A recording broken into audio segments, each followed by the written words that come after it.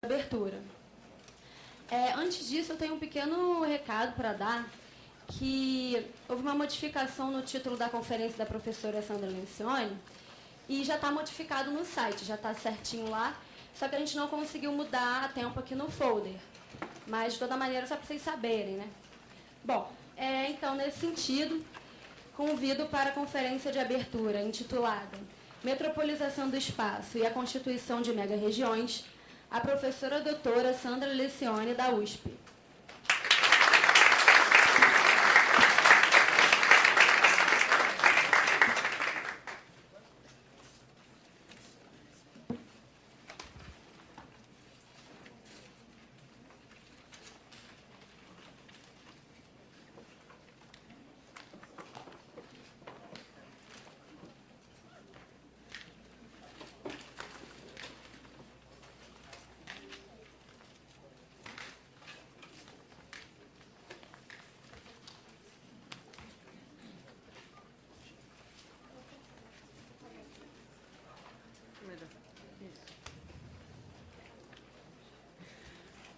Por o Rio de Janeiro a gente nunca erra, né? É bonito, né? Bom dia formalmente a todos, que eu não tive a oportunidade de cumprimentar. E, em primeiro lugar, eu quero agradecer a possibilidade de estar aqui compartilhando durante essa semana as discussões, né, sobre, enfim, a realidade que nós vivemos, seja ela Brasil ou a realidade desse mundo, de difícil compreensão. Eu vou falar sobre um tema que acabei mudando, ele foi evoluindo no transcorrer aí do texto, e achei que eu deveria adequar um pouquinho o título, né? E o título se chama Metropolização do Espaço e a Constituição de Mega-Regiões. E ele vai terminar esse texto fazendo uma reflexão sobre Rio-São Paulo, ainda que eu tenha um estágio mais ou menos inicial de algumas proposições, então o debate pode ser bastante auxiliar para o desenvolvimento das ideias, né?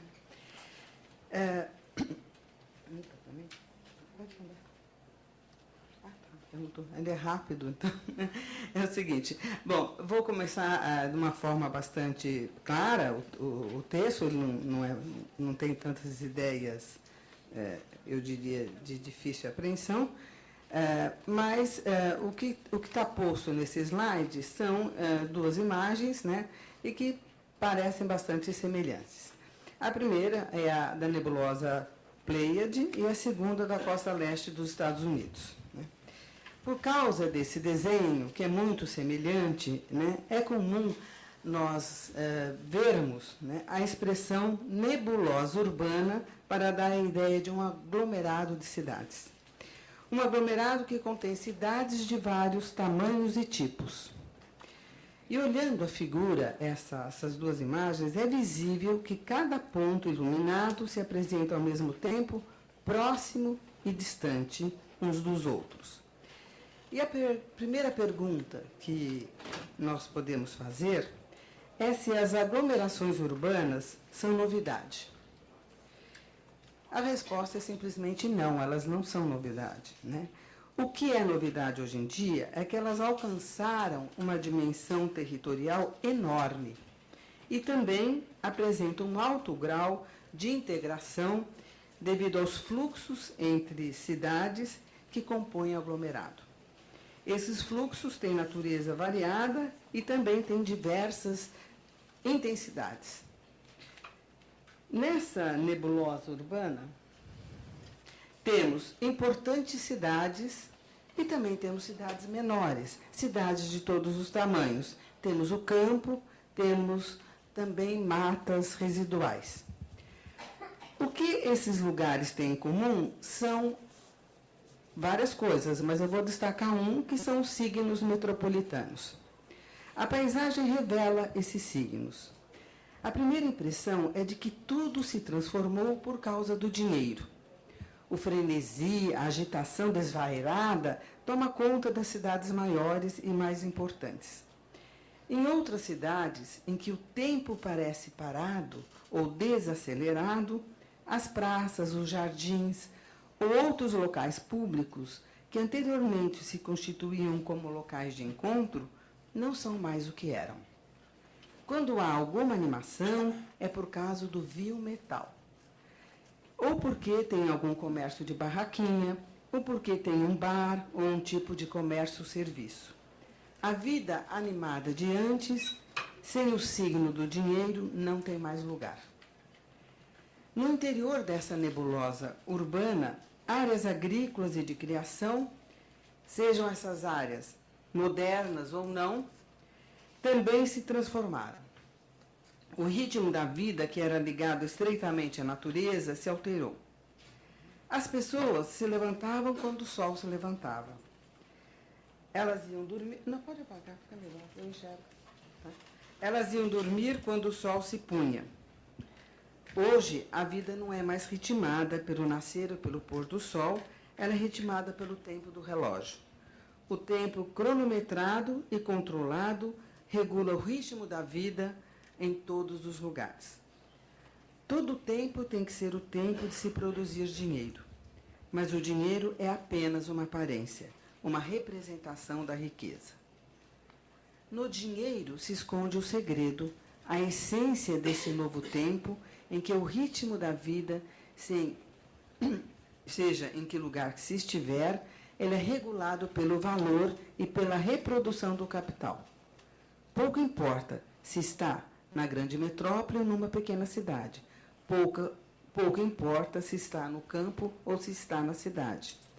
Essa distinção entre campo e cidade, que foi muito clara no passado, hoje em dia está cada vez mais opaca. As diferenças não se situam mais no modo de vida, mas sim na presença maior ou menor dos investimentos do capital. Todo esse cenário revela que muita coisa mudou. Estamos vivendo uma nova fase da urbanização. Estamos vivendo uma pós-urbanização.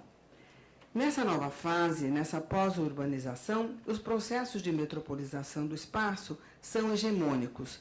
Eles subvertem tudo. Isso não quer dizer que são gerais, quer dizer que são dominantes. Para tornar mais claro o que eu estou dizendo, pensemos numa orquestra. Numa orquestra, temos os músicos e o maestro.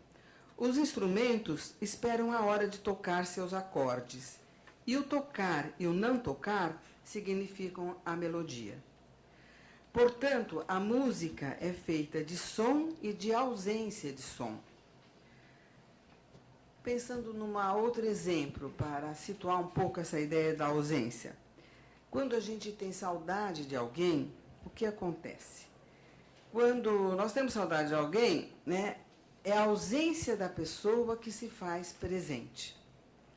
Então, o exemplo da música e o exemplo da saudade, né, permite dizer para nós, de uma forma bastante clara, que a presença e a ausência formam uma unidade. Só assim é possível, então, compreendendo essa unidade, que a lógica do capital e a lógica da metropolização do espaço se realizam na presença e na ausência dos processos.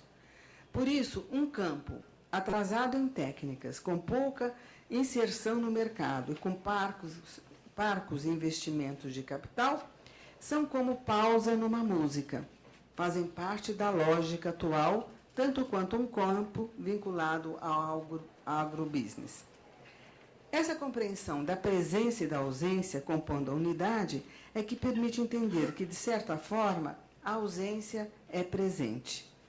O mais avançado se combina com o menos desenvolvido. Por assim dizer, ambos participam de forma plena. A maneira de cada um da totalidade dos processos. E é nesse sentido que digo que a lógica do capital, sob a hegemonia do capital financeiro e da metropolização do espaço, é hegemônica. Não quer dizer que ela é geral, ela é hegemônica. Paira sobre tudo, comanda tudo. Paira sobre espaços metropolizados ou não. Paira sobre o que aparece como novo. mas paira também sobre o que não é, pois a ausência não significa estar à margem, significa estar presente de forma ausente. Mas convém dizer que essa lógica não é homogênea, possui ritmos e intensidades diferentes, incidindo de forma densa ou rarefeita nos territórios, e até mesmo se colocando ausente, produzindo descontinuidades. Por isso, o espaço que tende à crescente homogeneização apresenta-se igualmente fragmentado. Essa homogeneização do espaço e sua fragmentação se veem acompanhadas de hierarquia entre os lugares, quer herdadas, novas ou redimensionadas. Isso significa dizer que não só a percepção da presença e da ausência são fundamentais na análise socioespacial. São fundamentais também a compreensão de que o espaço é ao mesmo tempo homogêneo, fragmentado, produzindo e redefinindo hierarquias. Então, a discussão sobre aglomerações difusas, sobre o processo de metropolização do espaço, tem na tríade analítica sobre o espaço um paradigma fundamental para a sua compreensão. Por isso, eu inicio uma discussão acerca dessa tríade, e mais do que isso, revelando a origem teórica dessa concepção sobre o espaço. Em seguida, vem a ideia de megalópole e de mega-região, dois conceitos importantes para se pensar as aglomerações urbanas ou as nebulosas urbanas. Em terceiro lugar, discuto a aglomeração urbana que se estende do Rio de Janeiro a São Paulo, uma aglomeração urbana que conforma uma mega-região. Qual a origem da ideia do espaço como sendo ao mesmo tempo homogêneo, fragmentado e hierarquizado? Sua origem se encontra num autor que é Lefebvre. O livro que trata dessa tríade analítica do espaço se chama Une pensée devenue monde, faut-il abandonner Marx? Lefebvre pensa, isso está posto nesse livro, que se o espaço é um produto da sociedade, tem que se procurar entender essa sociedade. Ele procura ver na obra de Marx quais as categorias importantes de análise e vê que uma delas é o trabalho. E procura ver como Marx analisa o trabalho na sociedade capitalista, ou como o trabalho é no capitalismo. Para Marx, o trabalho é homogêneo, fragmentado e hierarquizado. Então, daí deriva a proposta do Lefebvre de compreender o espaço a partir dessa tríade, dizendo que o espaço como um produto da sociedade, que se funda no valor, e o valor tem como fundamento o trabalho, também seria um espaço homogêneo, fragmentado e hierarquizado. Então, vejamos esses três pontos do triângulo.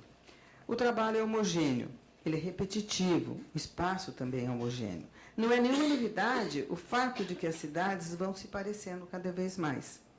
Há uma homogeneidade na paisagem. Abstraindo-se, claro, os condicionantes naturais, a mesmice está por toda parte. O trabalho é fragmentado, ou seja, há uma divisão do trabalho. Cada trabalhador faz uma parte do produto ou uma fase do processo produtivo. As cidades são também cada vez mais fragmentadas. A propriedade territorial fragmenta o território. E é pelas fragmentações que se revelam as diferenças espaciais, que são relacionadas às sociais. O trabalho é também hierarquizado. Aquele que concebe, aquele que cria a inovação, e aquele que dirige o trabalho, e aquele que só obedece. As cidades são também hierarquizadas. Não há nenhuma dúvida que Nova York é mais importante para a economia global do que Itaguaí.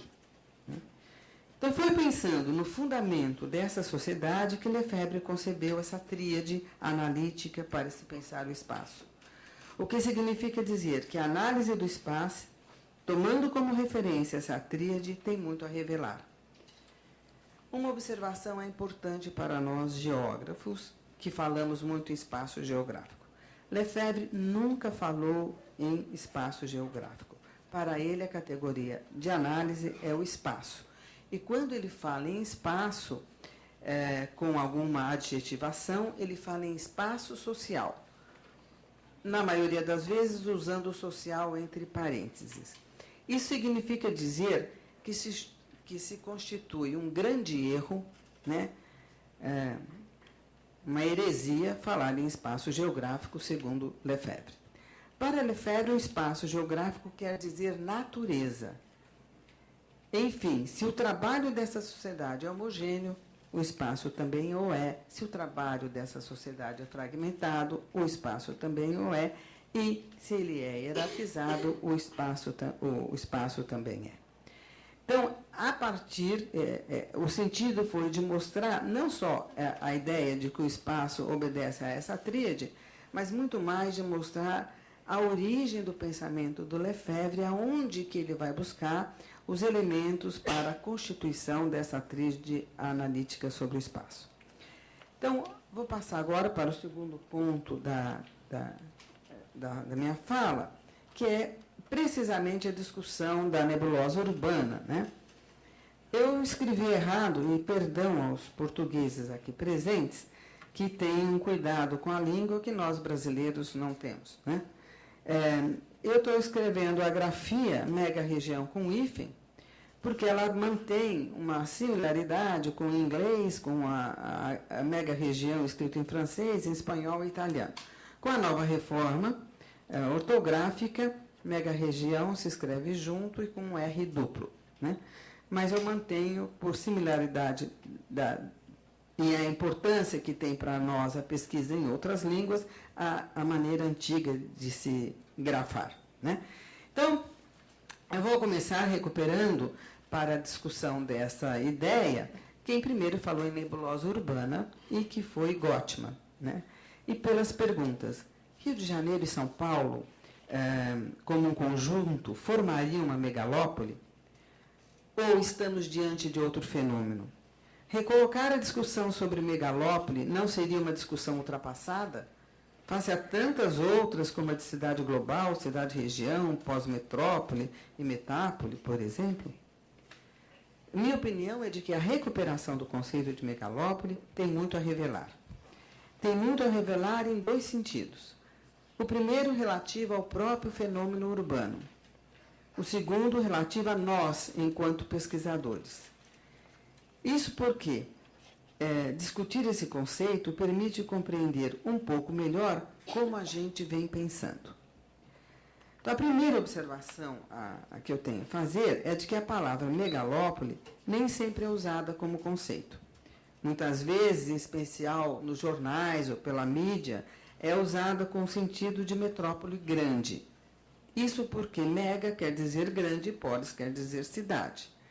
Mas para nós que lidamos com espaço, megalópole é um conceito, uma forma de arranjo espacial. A palavra megalópole se constituiu como um conceito nos anos 60. Ela foi concebida por um geógrafo francês, um judeu francês que se radicou nos Estados Unidos por conta da Segunda Guerra Mundial e da questão da perseguição dos judeus, né, na Europa. Ele vai para os Estados Unidos e o seu nome é Jean Gottman. Gottman concebeu o conceito de megalópole para se referir a uma região urbana com junção de metrópoles. Ele analisou, para seu estudo, já radicado nos Estados Unidos, a mancha urbana da costa leste dos Estados Unidos, tendo como centro Nova York. Seu trabalho se constituiu num clássico e inspirou vários outros trabalhos. Para Gottman, a megalópole exprime um estágio superior de desenvolvimento metropolitano. E em seu texto ele fala recorrentemente em nebulosa urbana. A importância do pioneiro trabalho de Gottman reside no fato dele ter compreendido que uma nova forma de organização do espaço vinha se desenvolvendo. Ele foi original, ele foi criativo. Ele não só criou um novo conceito para expressar as configurações e processos que vinham ocorrendo no espaço urbano da costa leste dos Estados Unidos, como ele contribuiu para o desenvolvimento da própria teoria urbana. Seu pensamento era fundamentado em teorias e procedimentos metodológicos clássicos da geografia. Observação, descrição eram um ponto de partida. Seu pensamento se vincula a uma tradição geográfica e ele fala em modo de vida, como gênero de vida. Modo de vida como sendo um conjunto formado pelas relações sociais e estruturais, mas também formado por tradições, por hábitos, cultura e as diferentes formas dos homens se relacionarem com a natureza. É importante dizer que a contribuição intelectual de Gottman transcende ao conceito de megalópole. Seu trabalho mudou o olhar sobre as metrópoles e sobre as cidades, ou seja, sobre as aglomerações urbanas. Seu trabalho serviu como paradigma do pensamento sobre a cidade e o urbano. Eu vou mencionar agora 3 autores que sofreram influência de Gottman. O primeiro deles é Lefebvre, e os outros 2, já como coautoria, Borja e Castells. Em 1970, Lefebvre lança o livro Revolução Urbana e logo na primeira página ele menciona a palavra megalópole. Ele relaciona essa palavra à ideia de sociedade urbana. Para Lefebvre, a sociedade urbana corresponderia à sociedade que nasce da industrialização e a sucede. Quando ele escreve isso em 1970, ele não acha que estávamos em 70 plenamente vivendo uma sociedade urbana. Ele disse que ela viria a se desenvolver ainda, né, e se constituiria após aqueles elementos que ele estava trabalhando. Hoje, essa sociedade está plenamente já desenvolvida. Então, seria essa sociedade urbana um estágio, portanto, superior, que vai além da ideia de sociedade industrial. A sociedade urbana nasce da industrialização e sucede à industrialização.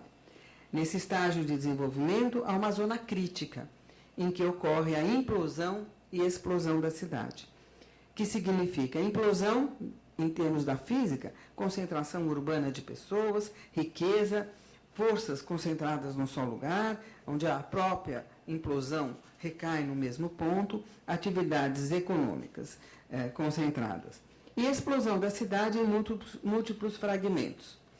E nessa implosão e explosão temos êxodo rural, subordinação completa do campo em relação à cidade, e nessa evolução, então, as nebulosas urbanas agora alcançariam grandes dimensões. Esse pensamento de Lefebvre, em 70, mostrando esse momento de ruptura que é a constituição e desenvolvimento de uma sociedade fundada com referências ao urbano. Que vai, no limite, depois relacionar uma sociedade urbana edificada sobre a égide do capital financeiro e a questão da urbanização como a urbanização e produção da cidade como um elemento chave do capital financeiro que ganha hegemonia atualmente. Os outros 2 autores em 1997, Borja e Castells, dizem que parece que estamos evoluindo para um mundo sem cidades. Dizem que a tendência, né, é de formação de grandes aglomerações difusas, com funções econômicas diversas, habitações dispersas, serviços desigualmente repartidos no território, infraestruturas descontínuas. Nesses autores, como em Lefebvre, aparece a ideia de aglomerações difusas, em contraposição à ideia de aglomeração concentrada. Nesse sentido, se aproximam de Gottman, que chamou atenção para o fato de que a relação entre cidade e aglomeração concentrada estava se revolucionando.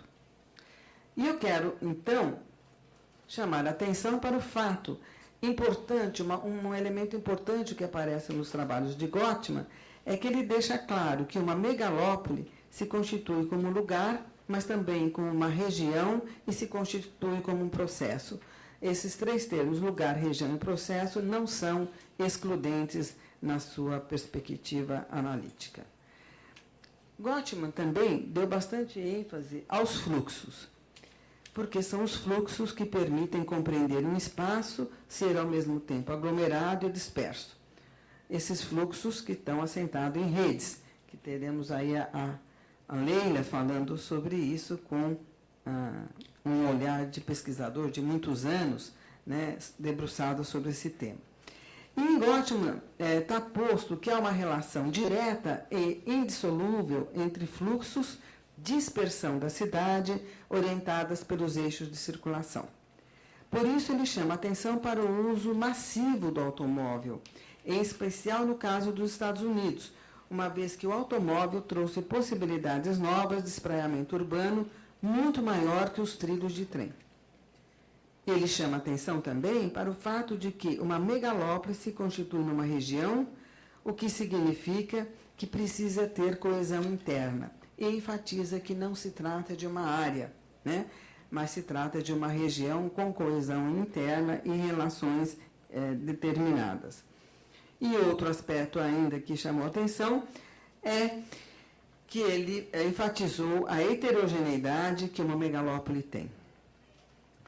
Então, eu fiz um quadro que talvez possa ajudar, que é a distinção entre megalópole e metrópole, né? Megalópole e metrópole. Então, vejamos o quadro. A diferença entre elas. A forma numa metrópole é mais arredondada e numa megalópole é mais linear. A extensão territorial, ela é grande, mas ela é muito grande, com centenas de quilômetros numa megalópole. A população é menor do que de uma megalópole, na metrópole, claro, e muito maior numa megalópole, até por causa que é uma junção de várias cidades, uma aglomeração enorme territorialmente. A densidade é maior que de uma megalópole, na metrópole, e menor que de uma metrópole, no caso da megalópole, até porque o território é bastante extenso.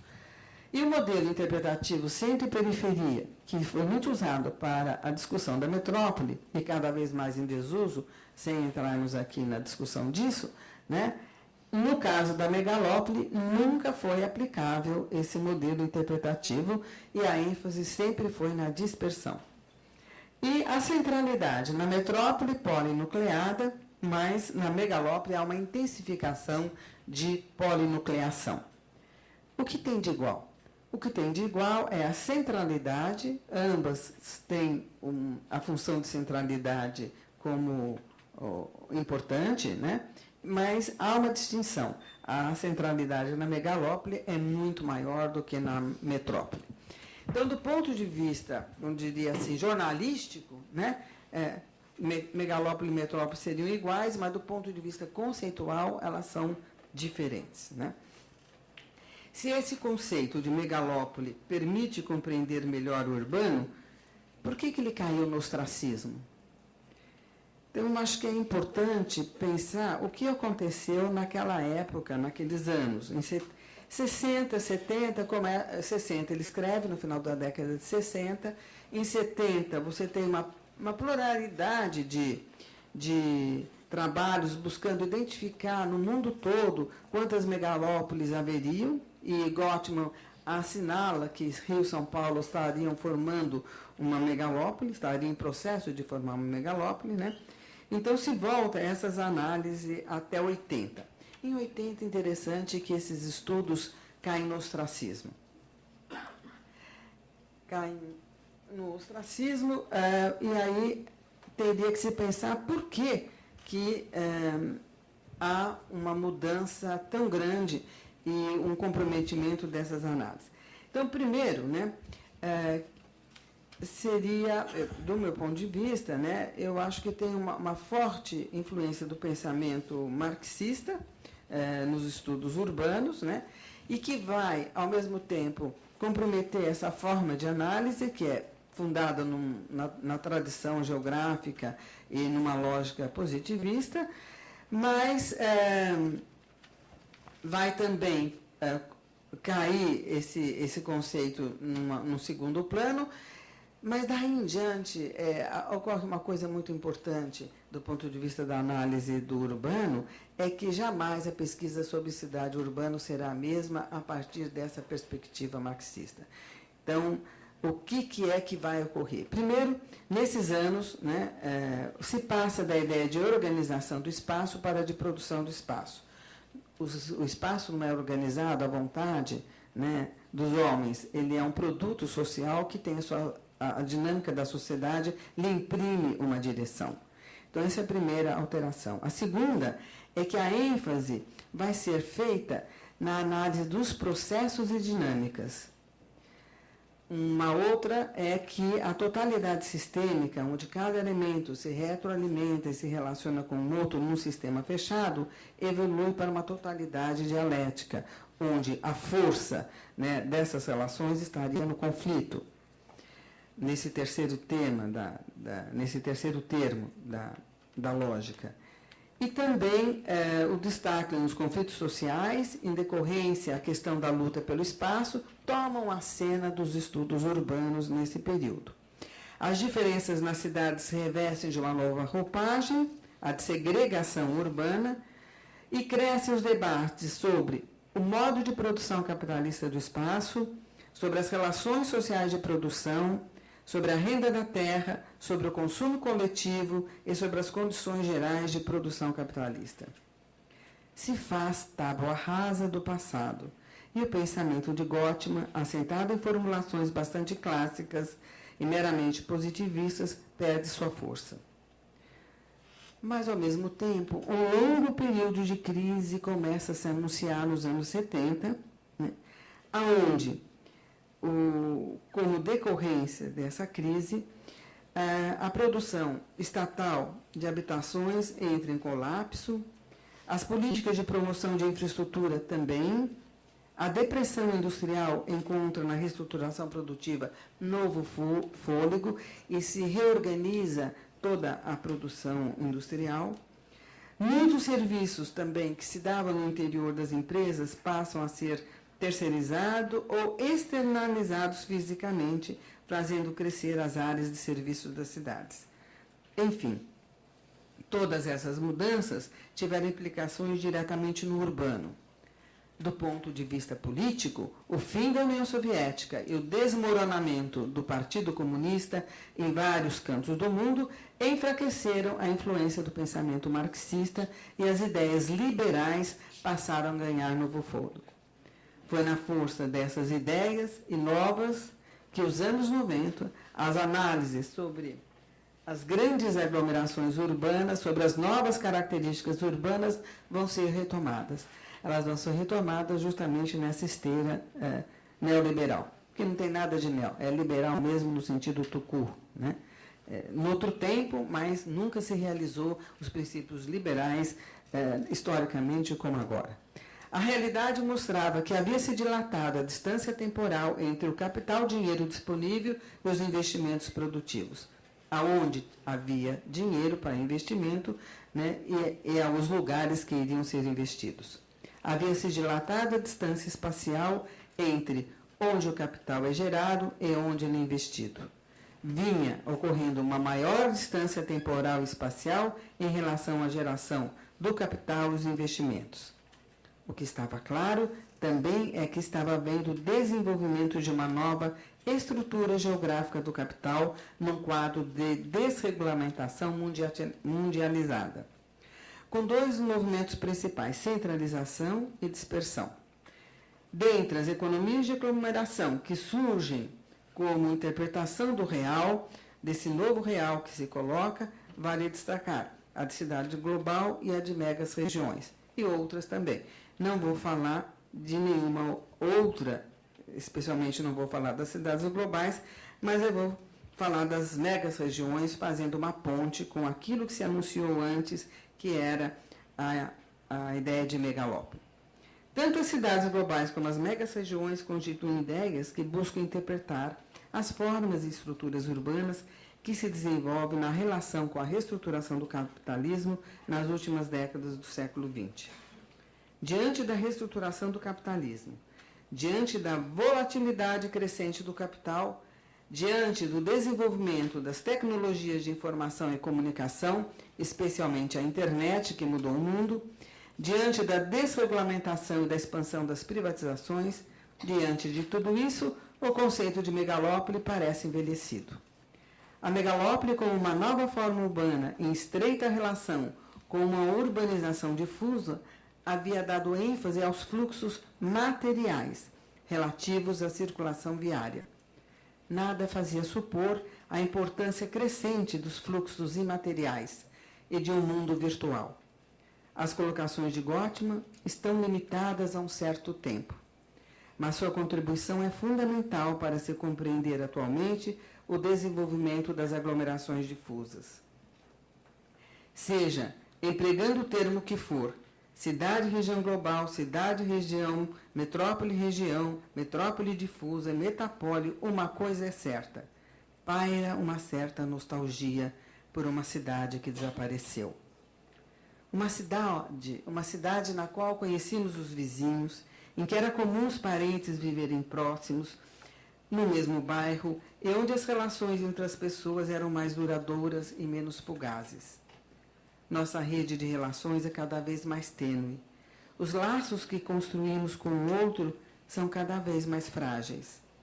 Embora estabelecemos uma rede de relações muito mais múltipla, muito mais abrangente e diversificada, e até mesmo global, elas são tênues. Quero dizer que o trabalho de Gottman é super importante, por dois motivos. Não há nenhum trabalho posterior ao dele que, ao tratar das transformações e mudanças nas formas de produção do espaço, nenhum trabalho coloca de forma tão clara a indissociabilidade entre os termos lugar, região e processo. E também é importante porque a leitura de Gottman pode nos auxiliar na compreensão dos processos atuais de constituição de nebulosas urbanas, tenham elas os nomes que tiverem. E o terceiro e último item coloca-se a questão. Ao falarmos de Rio de Janeiro e São Paulo, estamos a falar de que território precisamente? Estamos nos referindo a uma faixa territorial, longitudinal, que se estende da região metropolitana do Rio de Janeiro e seu entorno, e aí a grande dificuldade de ver a abrangência dessa região metropolitana e seu entorno, penetrando pelo Vale do Paraíba até São Paulo, incluindo-se Santos, e adentrando ao interior. Estamos falando de Rio e São Paulo, que são as principais metrópoles do Brasil. As duas metrópoles são ligadas por estrada, por uma rodovia, pela rodovia Dutra, inaugurada na década de 50, a primeira rodovia a ser asfaltada no Brasil, a outra é que liga São Paulo a Santos, e a distância de cerca de 500 quilômetros uma da outra é muito pequena para um país do tamanho do Brasil, para um país continental. Embora com proximidade geográfica, a história do Rio de Janeiro e de São Paulo é uma história bastante distinta e muito, muito, muito diferente. O Rio de Janeiro se desenvolveu tecendo laços fortes com o exterior, muito mais do que com o interior do Estado. Foi sede do vice-reinado português em 1773. Foi capital do Império em 1808. Nessas duas situações, obteve grandes somas e grande aporte financeiro vindo da coroa portuguesa. E foi, posteriormente, capital federal. São Paulo se desenvolveu tecendo laços com o interior. Nunca foi sede de nada, a não ser da província e depois do estado de São Paulo. Ambas, Rio de Janeiro e São Paulo, tiveram uma economia cafeeira exitosa, tiveram construção de estradas de ferro e também edificaram cidades nesse período. Desenvolveram esses três termos, estrada de ferro, café e cidades. Mas as relações contidas no desenvolvimento dessa cafeicultura, na expansão dos trilhos de ferro e na edificação de cidades são completamente diferentes. Por isso, os mesmos elementos constroem histórias diferentes, porque as relações sociais e o desenvolvimento promovido por essas relações, o fundamento dessas relações vai determinar que, apesar desses três elementos serem comum, o desenvolvimento territorial será completamente diferente. E aí eu aponto uma diferença brutal. O auge da economia cafeeira aqui no Rio de Janeiro teve vinculado ao trabalho escravo e em São Paulo ao trabalho livre. Essa é a cunha da distinção, que vai se desdobrar na distinção entre a estruturação da rede ferroviária e da rede de cidades. Então, não cabe aqui analisar as diferenças desse ponto de vista, mas só dizer que, embora sejam cidades muito próximas, têm histórias distintas. E nessas diferenças, uma só eu quero apontar, é aquela que é a mais visível. O Rio tem uma beleza estonteante e São Paulo parece que nem natureza tem.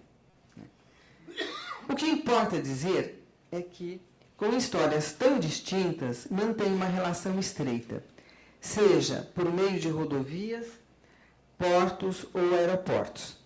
Para se ter uma ideia dessa relação estreita entre Rio e São Paulo, nesse trecho, nesses 500 quilômetros, que está a segunda rota aérea mais movimentada do mundo. Os interesses do setor aéreo, claro, vão colidir frontalmente com qualquer projeto de ligação entre Rio e São Paulo, que não seja o aéreo. E aí vocês podem ver o fluxo de PAX, é o número de passageiros, né? São Paulo, eu peguei os aeroportos da ponte aérea, Santos Dumont Congonhas, Santos Dumont Guarulhos, Santos Dumont Campinas, que é Viracopos, né? Congonhas de Curitiba. Enfim, e aqui embaixo Galeão, Galeão. E Ponte Aérea Rio-São Paulo e outros destinos. Então, vocês podem ver um país que tem, no setor aéreo, uma importante rede de ligações, né, dadas as dimensões territoriais. Você vê que a ponte Rio-São Paulo, nesse Bordeaux aí, nesse cor de vinho, é muito maior do que o resto de todos os outros destinos nacionais. O que significa uma dificuldade para o grande projeto que não sai do papel, claro, por causa de grandes interesses envolvidos, que é o trem-bala, que no caso brasileiro não será um trem-bala, será um trem de média velocidade, mas mesmo assim o projeto de muitos anos não deslancha, né? Então, voltando, adiantando um slide, aqui nós vamos ver uma comparação, não é bem uma comparação, mas uma observação do Rio de Janeiro e de São Paulo. Então, o Rio de Janeiro é um aglomerado disperso, evidentemente, tá? E é constituído por uma região metropolitana que eu usei o recorte do IBGE, mas tem um recorte feito aqui pelo governo do Estado, que é um outro recorte. Isso ainda está em discussão, os limites dessa região. Discussão teórica dos critérios. Mas, enfim, a mancha urbana apresenta uma configuração espacial em vários eixos. E isso é importante reter. Primeiro, o eixo do Vale do Paraíba do Sul, eu acho que vocês não precisam, não sei como aponta aqui, mas, enfim, né, os olhos dirigem o litoral sul, o litoral norte até a região dos lagos e em direção a Minas Gerais até Juiz de Fora. De certa forma, os municípios desses vários eixos ficam a uma distância de cerca de 2 a 3 horas do centro do Rio. No estado do Rio, à exceção da bacia petrolífera de Campos, né, e daquela região, todo o estado, todo o interior do Rio tem um fraco desenvolvimento econômico, o que é um desenvolvimento econômico bastante gritante com a posição e a importância da capital, que é o Rio de Janeiro. Então, e esse interior, essas pequenas cidades, desenvolvem geralmente funções urbanas, as cidades são funções urbanas bem tradicionais, né? E aí dá para ver os eixos, mas dá para ver também a figura de São Paulo, que, diferente do caso do Rio, a mancha urbana, embora seja estruturada nos eixos de circulação também, nos eixos de circulação viária, não segmentam linearmente o território, tá? O desenvolvimento espraia-se além dos eixos, formando praticamente uma área redonda, uma esfera, né? Então, ele não está retito o desenvolvimento aos eixos, né? Então, ela forma o que a gente, teoricamente, pode chamar, de fato, de uma cidade-região, né? Que também tem um nome dado por um governo de planejamento de São Paulo como macrometrópole paulista, né? Mas, do ponto de vista conceitual, em termos da discussão teórica, seria já uma cidade-região. Então, as diferentes formas espaciais, a linear e a forma em área redonda, mostra que a nebulosa urbana Rio de Janeiro e São Paulo tem uma forma espacial dupla, linear no Rio e areolar em São Paulo, o que cai por terra toda a ideia de megalópole, tá? Que a megalópole se define por Gottman como um arranjo urbano linear, né? Então, não corresponde à formulação de Gottman nesse sentido. Além disso, para se compreender o espaço hoje em dia, tem que se levar em conta as redes, os fluxos, sobretudo os imateriais, né? E esses fluxos também não foram levados por conta em Gottman. Ele deu ênfase aos fluxos materiais. Não podia ter uma bola de cristal e saber o que viria depois de 50 anos. E um outro aspecto importante é que, hoje em dia, a análise de um aglomerado disperso deve incorporar a relação com a globalização. Sem falar em mundialização, sem entrar no mérito dessa discussão, não dá para se pensar hoje uma análise de um aglomerado, né, sem esse vínculo e sem a compreensão de como se dá essa relação com a globalização. Relações que não se confundem com as relações internacionais de anteriormente. São totalmente diferentes. Assim, duas opções. Atualizamos o sentido de conceito de megalópolis ou seguimos um novo nome, que é o de mega-região, que é desenvolvido por vários autores, inclusive pela Saskia Sassen, para definir esses novos arranjos imensos e com centralidade de poder que vem se desenhando. Então, essa mega-região é constituída pela região metropolitana do Rio de Janeiro e seu entorno, né? E em São Paulo, pela cidade-região. E aqui eu aponto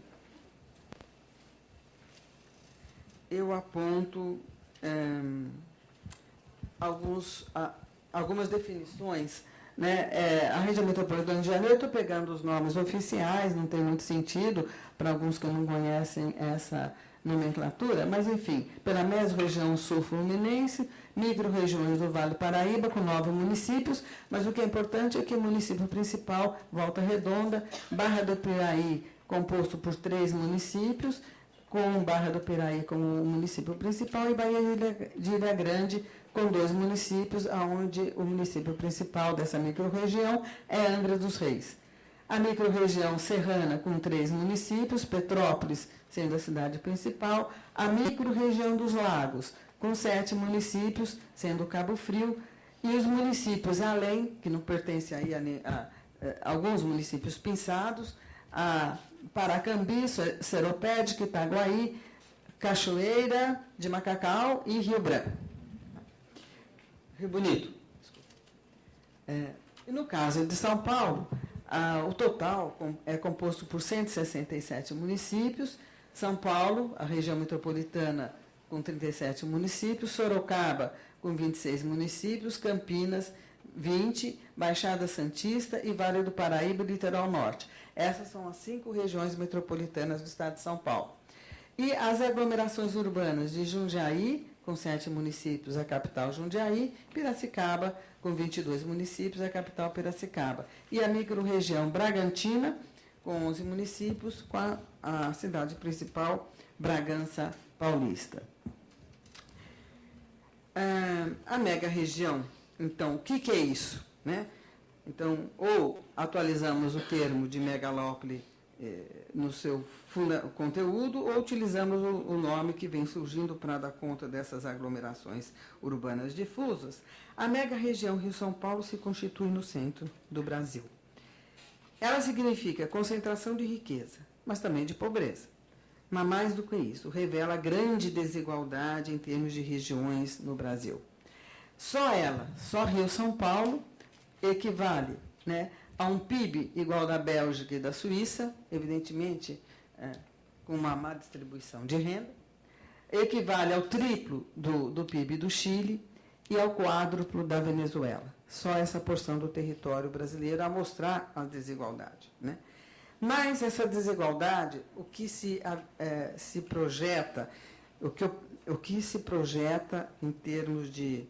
Claro, o que se projeta é um país mais igual, mas o que está aparecendo no cenário é que essa desigualdade, é o último slide, eu estou terminando em meio minuto, o que se projeta nesse futuro, né, é, do meu ponto de vista, uma desigualdade que vai tender a ser acirrada do ponto de vista do desenvolvimento territorial, porque é aí que nós vamos encontrar o grande potencial econômico do país, que poderá conduzi-lo à 8ª posição de produtor de petróleo do mundo. E num período ainda em que nós temos uma matriz energética ainda por um século e meio, né, baseada no petróleo. Então, a exploração do pré-sal parece um espelho no mar, né, da macro-região. Né? Nós temos no mar um espelho espelhado no oceano a constituição da macro-região.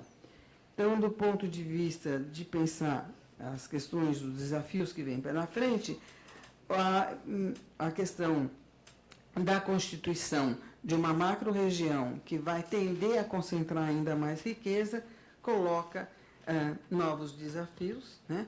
E para a gente pensar em termos do desenvolvimento do território brasileiro. É isso.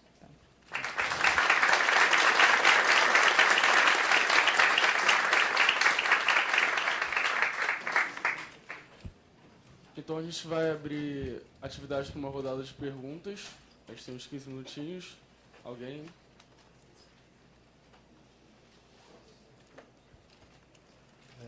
Bom dia. Queria me apresentar primeiro. Eu sou o Matheus, sou estudante da Geografia aqui, no mestrado em Geografia aqui na PUC. Queria agradecer a conferência da professora Sandra. E vejo algumas... a professora é uma das autoras base na minha pesquisa, em que eu estudo o eixo de urbanização Rio de Janeiro, Juiz de Fora, focando justamente na gênese desse processo de metropolização do espaço, que já é possível verificar nesse eixo, assim, acho que posso dizer isso. E eu queria perguntar, a senhora falou sobre a forma de que o aglomerado do Rio de Janeiro, né, o desenvolvimento se concentra em eixos, enquanto São Paulo esse desenvolvimento é mais linear. Eu queria perguntar se existe alguma ideia de por que isso acontece. Por que no Rio de Janeiro essas estradas que foram sempre importantes no desenvolvimento em direção ao interior, elas concentraram o desenvolvimento e continuam concentrando até hoje, e por que em São Paulo esse desenvolvimento se espraiou? É isso, obrigado. Mais alguém?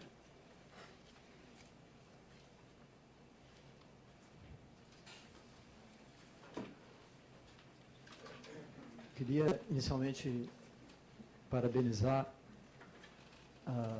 a Sandra e fazer uma confissão aqui de reconhecimento pelo teu trabalho, porque eu acho que são raros os geólogos que têm uma intuição geográfica, né?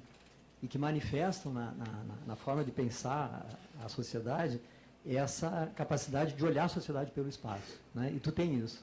Queria reconhecer essa importância da tua forma de pensar, sem perder, claro, todo o rigor, né, teórico fora da própria geografia, mas tendo esse olhar efetivamente sobre o espaço, né? Faz uma leitura a partir do espaço e dá uma contribuição, um olhar da geografia para tratar esses problemas e fazer uma releitura, né, do que está acontecendo. Isso é só uma confissão de reconhecimento e admiração pelo teu trabalho, por essa intuição geográfica que não é qualquer geógrafo que tem, né? Eu queria destacar isso, que a gente às vezes acha que está fazendo, né, a geografia, mas está reproduzindo muito da linguagem de outras áreas e não está colocando o nosso olhar próprio sobre a sociedade. Eu queria te dar um espacinho maior, talvez, para te falar um pouco mais, no final não deu tempo, eu acho, sobre a mega-região em relação à Megalópole, né? Megalópole você trabalhou mais, mas acabou não reforçando muito, né, a ideia, como é que se está formulando esse conceito, né, de mega-região no sentido mais amplo, e em que condições esse espaço ficaria, então, configurado como uma mega-região. E uma outra observação rápida, só sobre essa configuração, né, como que a gente tem que reconhecer também, eu estava olhando e falando aqui para Maria Laura, na hora que apareceu aquela visão das luzes ali, né, na área da mega-região Rio-São Paulo, como que existe um buraco negro, né, que tem a ver com a própria configuração física dessa região também, que a gente não pode deixar de levar em conta, né, enquanto geógrafo, também a configuração físico-natural, né, que é um entrave, ainda hoje eu acho que é um entrave que se coloca aí, que aparece aquele imenso buraco negro, né, de São Paulo e Rio de Janeiro, na área da Serra, né, do mar, ali fica muito claro isso. E o Rio de Janeiro tem o processo contrário de São Paulo, ele tem que enfrentar a Serra, né, para chegar ao interior. São Paulo não, ela deslanchou, né, ela foi interior adentro com uma facilidade muito mais intensa, né, isso está demonstrado nessa configuração da rede viária ainda hoje. Só isso.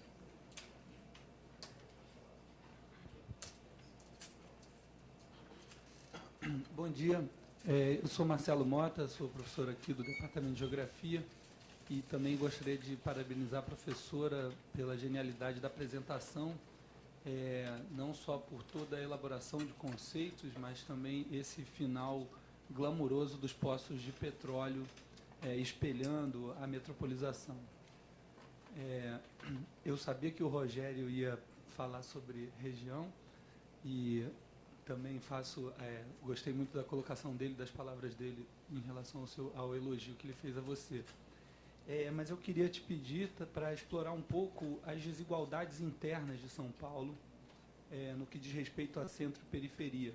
Como o Rogério colocou, a questão do relevo, e isso me agrada muito, no Rio de Janeiro a gente tem uma dispersão de centro e periferia muito diferente em relação aos morros, às favelas. A gente sempre teve a periferia muito próxima à cidade, né? Ou melhor, a desigualdade expressa em formas de habitação e de relações sociais muito próximas dentro da cidade, e talvez São Paulo tenha tido, em algum momento clássico da centralidade dessa cidade, a periferização de maneira circular. E, obviamente, que, como você colocou, ela vai se transfigurando em fluxos muito mais complexos e perdendo essa dimensão clássica. Então, eu queria que você explorasse um pouco mais essas desigualdades em São Paulo. Obrigado.